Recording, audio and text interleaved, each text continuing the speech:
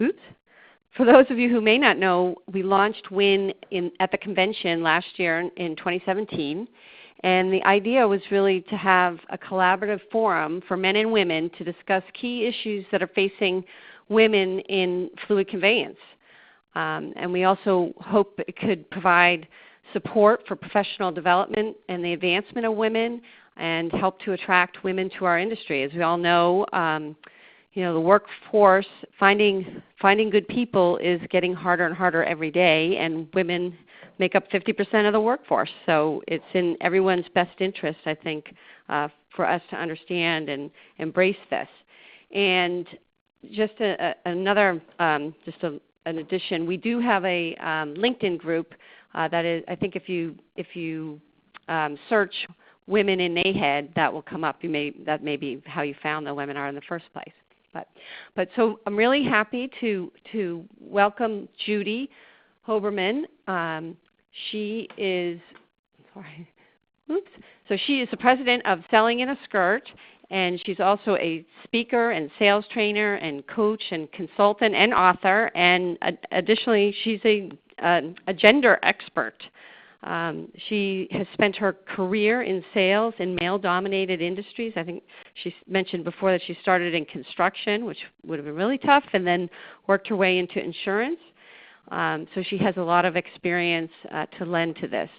And I'm really excited to see old ways won't open new doors, how we can innovate and create an environment of greatness.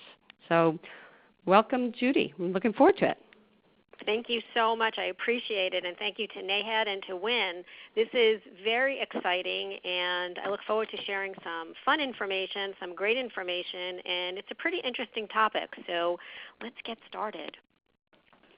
So this may or may not be a new discussion for you, so I thought I'd begin with a story. Why do people and companies do things the way that they do? And the reason can be explained with monkeys, a cage, bananas, and a fire hose. So here's what happens. You build a really big room-sized cage, and in one end you put in 5 monkeys. In the other you put a banana. And then you stand by with a fire hose. And sooner or later, one of the monkeys is going to go after the banana. And when it does, you turn the fire hose and spray the other monkeys with it. So then you're going to have to replace the banana because it's pretty soggy, and then you repeat the process. Now monkeys are pretty smart, so they're going to figure it out pretty soon that if anybody goes after that banana, the rest of us are going to get the hose. So soon they're going to attack any member of their group who tries to go after the banana. Now once this happens, you take one of the monkeys out of the cage and you bring in a new one. And the new monkey comes in and they try to make friends and probably go for that banana. And the other monkeys, knowing what it means, will attack him to stop them from using the hose on them. And eventually the new monkey gets the message and will even start joining in on attacking another monkey if it goes after that silly banana. So now you continue to swap out the monkeys for the original monkeys. And after repeating it a few times, the time will come when none of the monkeys in the cage have ever been sprayed by the fire hose. In fact, they've never even seen the hose. But they'll attack the monkey who goes after the banana. And why do you think that happens? Well, if monkeys could speak and you asked them why would they attack anyone who goes for the banana, their answer would most certainly be, I don't really know, but that's how we've always done things around here. And that's kind of the discussion that we hear when it comes to explaining and educating everybody with why there's challenges and how to bring women into businesses and why bring women into businesses and how do you communicate. It's not the way we've done it before. But what does that mean and how do we change it? So let's start with, as Karen said, I am your support system. I've got tons of experience in sales. I've been in construction. I've been in burglar alarms. I've been in security systems. And then I've been in insurance. And I've done a lot of things that I had to figure out myself because I was the only female going through so many of the industries. But I also came up with my own playbook of how to do things and how to bring women into male-dominated industries. So I just consider myself as your support system. And I am truly excited, and I look forward to meeting everyone at the annual conference. So challenges. We all have them, and some are easy to deal with. Some of them provide us new ways of looking at old things. And during our time together, I'm going to talk about 3 different challenges and see how we can turn these around. So the first one is, how do we encourage women to join an industry that is truly male-dominated? And in fact, why do we even talk about women? Because maybe women shouldn't be here. Maybe women should be here. But why do we even have this conversation? Well, the truth of the matter is that women are 50% of the workforce. They're 57% of all college degrees are earned by women, and 60% of all graduate students are women. So what does it mean? Well, first of all, it means that women have more opportunities than they did years ago. And second, it also means that if you don't bring more women in, then we're just eliminating 50% of the population. And women do have more choices. In today's environment, women have the opportunity to be part of more industries, especially male-dominated industries, more than they've ever had before. So between more programs available to them in college and more available to them in trade schools, women are taking up some of these industries by storm, and more women are being introduced to opportunities and choices than they've ever had, and we have to do more. And then you look at your association and you see that they too have some positive effect on women in the industry. Women in NAHAD and emerging leaders are just two simple examples of programs that probably weren't available or as popular here or in many of the industries just a few short years ago. So imagine if everyone would encourage one more woman to join, or at least take a peek at what NAHAD has to offer. The possibilities are endless. So when you decide that you're actually going to bring in more women, you have to know who you're looking for. Are there special qualifications or certifications that someone would need? Is there a certain demographic you're looking for? What positions are you looking to fill? Finding the right person to hire is much easier when you first analyze the job that you want to fill. And the other part is you've decided to hire some new women. Are you getting the word out? Have you shared that with other decision makers in the company? How about some of your strategic partners and your colleagues? It's time to let everybody know what you're planning to do, because otherwise no one's going to even know. And then when you do, is this what they see? A job. It's not very inviting or appealing, especially if you're looking to hire women in a non-traditional environment. They aren't just looking for a job. They want more, and they want to see themselves in the picture. They want an ad or a post that's calling their name, whether it's the text or the image that they're looking for someone or something that looks or sounds like them. So if you look at an ad that your company has placed, see if you would respond. Now, I do some work with Monster.com, and they were trying to figure out why some of their largest clients were not attracting women. And it was simply about the words in the ad. They were using very male-centric words. It doesn't have to be flowery. It just has to be inviting. And then, can you describe your perfect person? And I don't mean that they have to be perfect. I simply mean they need to be perfect for the position you want them to fill. So again, is it certification? Is there schooling? Is there experience? Is there technical skills? Whatever it is, make sure you include it in the description. But also be careful how you include it. Because if you said, for instance, there's an ad that I see all the time that says master's degree preferred. It doesn't say required. It says preferred. If a man looks at that and he doesn't have a master's, he's going to apply anyway because he has 60% of whatever else is in the ad. But a woman won't go after something unless she's 100% sure that she can fill that position. She doesn't want to be rejected. She doesn't want to have somebody waste their time with her. So preferred is also, you have to be really careful. If you want something specific, you say required. Otherwise, don't put it in there. Now, there's also about networking. Some of us need to find people. Many of us love networking. Many of us don't. But in today's environment, when everyone prefers to be looking down at a computer screen, we're missing opportunities to connect with that perfect person. So did you know that according to Adam Small, he's the founder of Strategic Business Network, he says that networking is the single most powerful marketing tactic to accelerate and sustain success for any individual or organization. So what does that mean?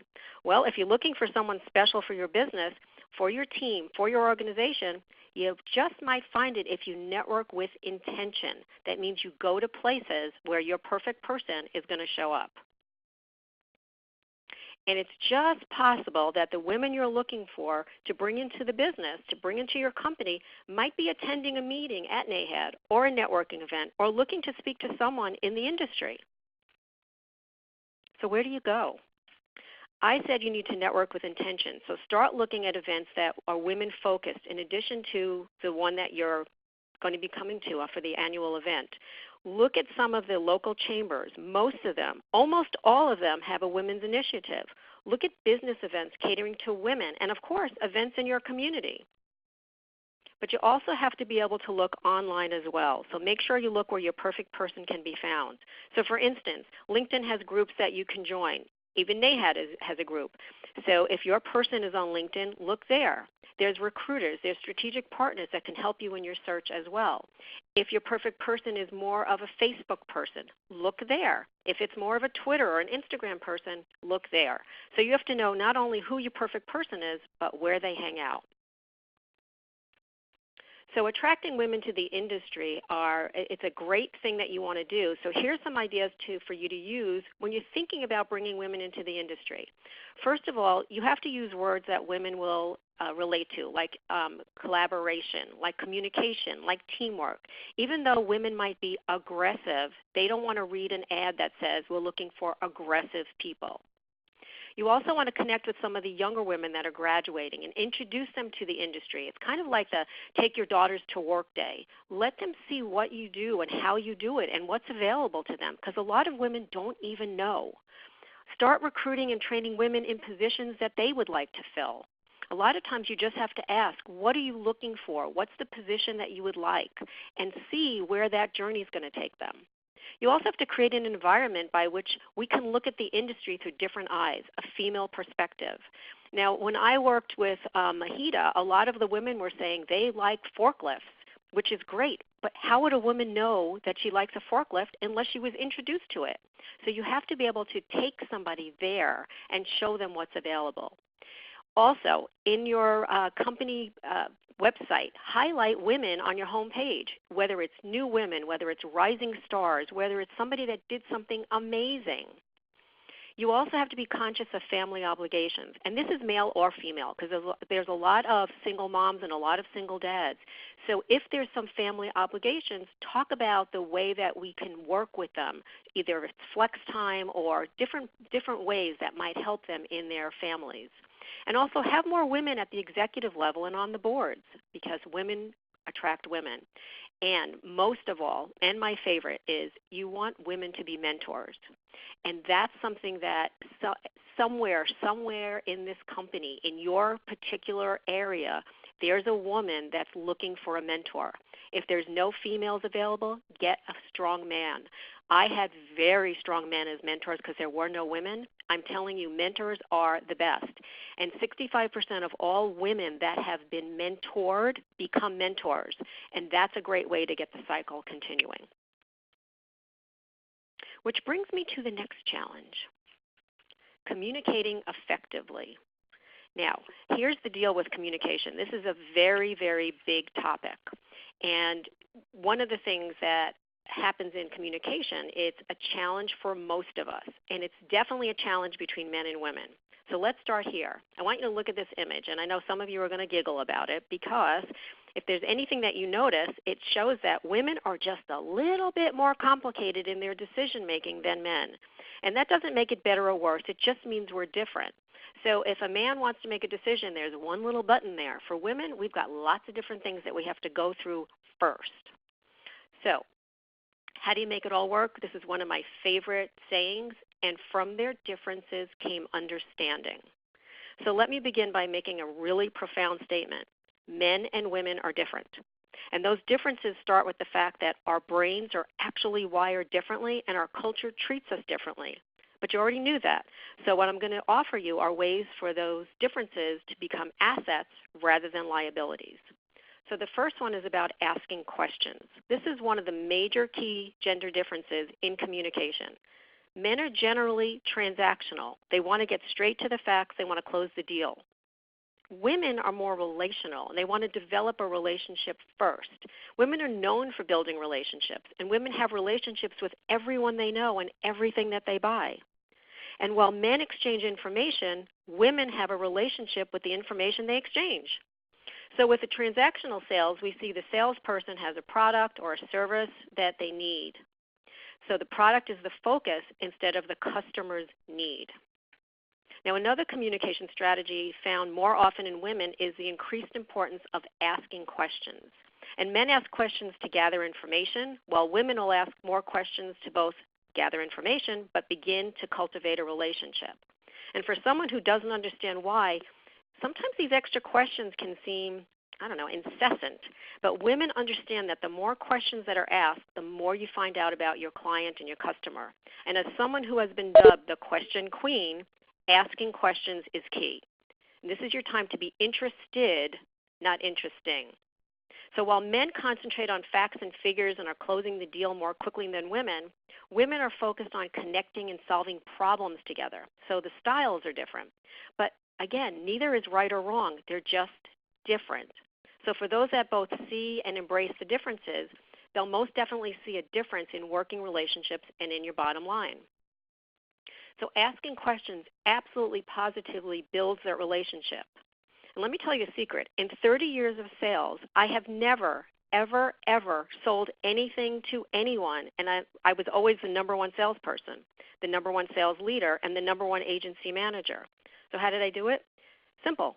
I had conversations with my clients. I built relationships with my clients, and I included them in the solutions that we decided on together. So here's the truth. Asking questions builds a relationship with your client. Listening will cement it. So asking questions means different things to men and different things to women. And so just remember, men want to gather information and women want to build a relationship.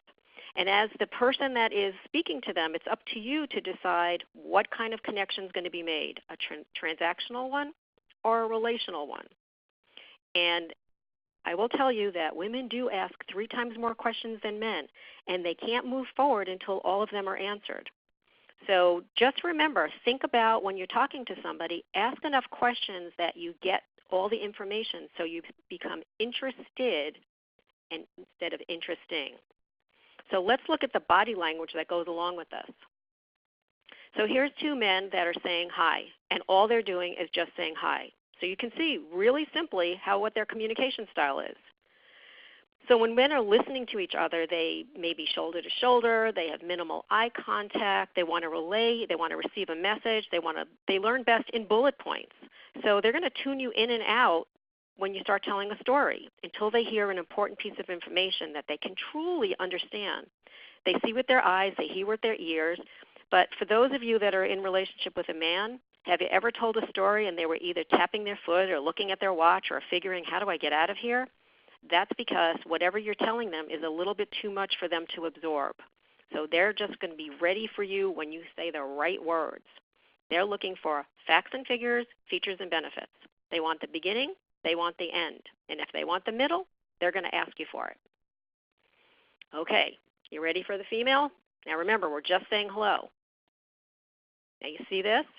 This is what happens when women say hello. In a nanosecond, they've already checked you out head to toe. They want to know about the hair. They want to know about the necklace. They want to know about the belt. They want to know who you are. They want to know how many kids you have. They want to know everything about you. But there's more than that, because women tend to face each other and they maintain regular eye contact. And women listen with their eyes and their ears, and they take in the entire situation. They face the person that they're talking to, so they pick up the complete message. And women tend to nod their heads and say, uh-huh, as a way of engaging each other and letting the other person know that they are aligned with them. But that doesn't mean that they agree with you, because when women say that men aren't listening, what they really mean is that they're not listening to the way that they would listen. So when they're shaking their heads, they're just letting you know, I'm listening to you. They may not acknowledge you with their body language, but chances are they're taking everything in. So again, what does that all mean? Well, as I said, asking questions builds the relationship, and listening cements the relationship. It's all about connections, which brings me to the 3rd challenge, building relationships. Now, this is the true secret of success. A business doesn't build a relationship, people do. So no matter who you are trying to connect with, who you're trying to hire, who you're trying to do business with, it's all about the relationship. Think of this equation: connections, relationships, referrals. That's the winning combination. We also have remembered this when we were growing up. This hasn't changed one bit. People do business with those they know, they like, and they trust. And trust is what relationships are dependent on. So trust is earned when actions meet words. And remember that trust takes years to build, seconds to break, and forever to repair. So I always talk about building relationships first. And if you look at this image, it says, let's be subtle about this because we want to do business with them in the future. So remember, you have to build relationships before you need them, because when you need them, it's often too late. Women are amazing relationship builders. That's part of our inherent quality, and we build relationships with other women, with men, strategic partners, vendors, and anyone that you believe you can support. And they, in turn, will hopefully do the same for you. That's who we are. Now, here's the other part of that. You have to be really careful when you're building relationships, because you don't want everybody to be your friend. You want people to connect with you. You want people to be able to provide support for you. But when you offer support, don't expect everybody to do the same thing that you would do, because they won't. Some people will, some people won't. So don't be the 100th monkey. You don't have to do the same thing that everybody's always done. You can change things up. You can make things more relevant. You can do what you're here to do. You could do it your way. You could always do things a new way. Don't always do things the way it's always been done. And as the saying goes, don't be afraid to change. You may lose something good, but you may gain something better. Now, when I started out in insurance, I can remember the very first day when I walked into what they called the bullpen, and I heard everybody on the phones talking over each other, yelling things like, how much money is in your checking account, and when was the last time you went to the doctor, and all of this stuff. And I thought, if anybody ever asked me those questions on the phone, I would hang up on them. And so I decided that I was going to change things. And so I went to my manager and I said, I can't do it like this. I'm going to work from home. I'm going to have 20 appointments like you told me, and this is not me. And he told me, well, little lady, that was how it started, the first time you come in without 20 appointments is the time that you'll be walking out the door. So sometimes when you try to change things, it's not always easy, but when you prove that you can do it, which I did every single week, I could work from home. So sometimes you just have to stand up. So the reality is women want to be treated equally, not identically. And what that simply means is we want the same opportunities that are offered to everybody else. What we do with it will be different. We don't want to be one of the boys. The boys don't want us to be one of them. It's confusing for everyone. So we want to be treated equally, not identically. Now, I'm leaving some time for questions because there's always a lot of questions about communication. There's always a lot of questions about bringing women into the industry. And so, Vincent, I know there's going to be some questions in the chat box. So if you would like to open it up. Yes, so if anyone has a question in the lower left-hand corner, there's a chat box. You can type it in, and I'll read it to Judy, and she'll answer.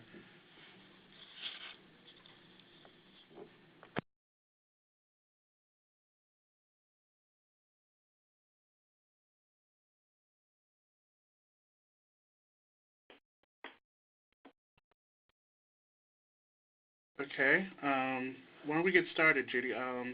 What are some ways to get women interested in looking at a position in this type of industry? So one of the things I talked about, that's a really good question. One of the things I talked about was bringing women to your workplace. Now, I know for a fact when I worked in construction, I did not have any kind of preview of what I was walking into. And so if you start to explain what the position is, explain why it's important for a woman to have this position, talk about building relationships, it's much easier when you have somebody that's going to show you the ropes. You can also talk about some of the ways to that they can graduate into another position. A lot of times women want to come in, but they're not sure where they want to be. So tell them what the path could look like. And a lot of times the women that are in high-level positions started out the same exact way. So tell your story. People want to relate to you. Women want to see, they want to hear about some of the tough times, but they want to hear about some of the ways that women triumph in different industries. So male-dominated industries are always fun because there's always good opportunities for women.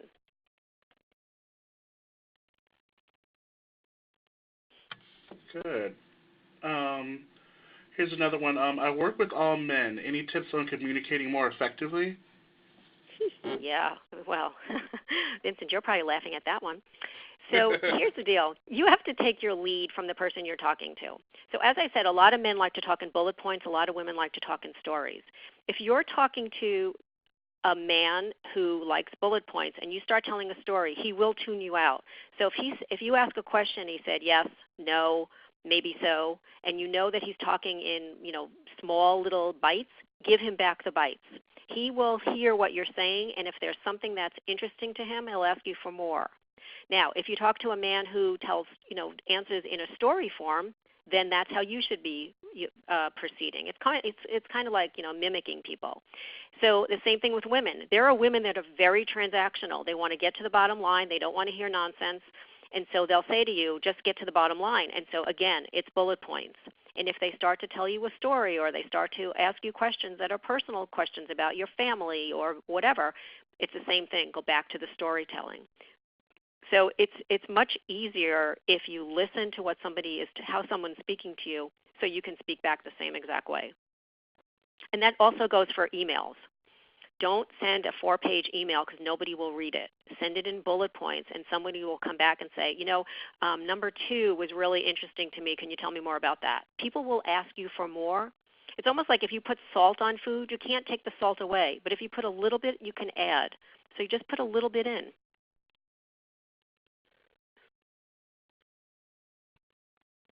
All right. We have another one. Can you give some examples of the types of questions that start a business relationship? Yeah. One of the things you want to do is you want to get people to start talking. People like to talk about themselves because that's just who we are. We're human beings. And so you start asking open-ended questions. Like instead of saying, do you want this? You start to ask the question differently. You say, tell me why this is important for you to have. That's not a yes or no question. That gets them to start talking, and the conversation starts. And you keep asking the questions until there's a decision that needs to be made. And like I said, for 30 years, I have never sold anything. I've never said to anybody, do you want this policy? I said, tell me why it's important to have the policy. And we would continue the conversation. Now, one of the things you could also do is, once you get to the point where you're feeling comfortable, then you can start asking more things about, well, what are you looking for, or how can we proceed? But you need to be able to let someone know that you're interested in what they're saying, not interesting to them. They do not care about you yet, and that's the sad part.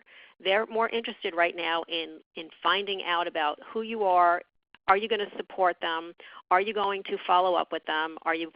What you say you're going to do, are you going to promise to do it? So it's all of those things. It's almost like a pre-test.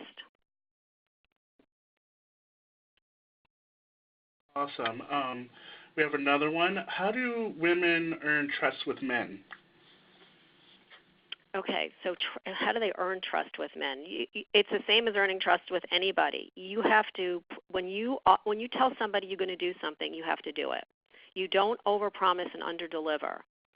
So if I met you at a networking event and I said to you, I'm going to send you a white paper on my company tonight, well, tonight is midnight, and if I don't send it, then if I couldn't do something as simple as that, then why would you do business with me? So trust is really something where you back your word, you do what you say you're going to do. If somebody asks you to do something and it is not in your wheelhouse, you let them know, this is not something I can do, but have somebody you can recommend. Become a resource for them. There's all these different things. It's not any different to get trust between men and women or men and men and women. It's all about, trust is just something really solid, but you have to earn the trust. So when you say you're going to do something, you need to do it. All right, Judy, and it looks like we have one more. How can women show that they are considered an expert in their field? Okay, so this one I always love because it's really hard when women are going into a male-dominated industry and they may not have all the experience that the men do. So there's a few things. You want to be able to show that you understand the products that you're selling and the services that you provide. So if the company has a company newsletter, find out if you can write a column in it or you can put an article in it, and people will start to see your name. When somebody asks a question and you have the information, don't tell somebody else to give the information, and don't wait till the meeting's over. Offer your information so people start to see that you know what you're talking about. People really do find intelligence attractive, and so you have to let people know that you got this down pat. And I always say, become the expert in whatever field you are, whatever you're doing. So if you're the expert in construction, if you're the expert in supply, you have to just figure out what part of it you're going to own. So people will know, when it comes to this, I'm going to Molly, I'm going to Karen, I'm going to Vincent, whoever it is, because you have shown that you know the products or the services. You've written some articles, put things out on social media where your people go so they can see that you know what you're talking about, and all of a sudden it changes. It's pretty interesting. It's almost like when you have a book, you become an instant authority on whatever the topic is, even if you're not. So if you write an article, people are going to say, wow, this is pretty cool, and there it is again, and there's another one, and there's another one. So you just continue to do it. You have to do things consistently. It's the same thing about going onto social media and posting things that are important to your team, important to your company, important to your clients. It's great to post pictures of going on vacation, but when you do things that are really business oriented, it becomes very professional and you become the expert. All right. Looks like that's it. Thank you so much for your time, Judy. You are so welcome. Let me just, here's a way if people want to get in touch with me or they have any questions that maybe they didn't want to ask while they were on the webinar. So there's all different ways to get in touch with me, and I respond myself. Nobody else responds. So it's always me.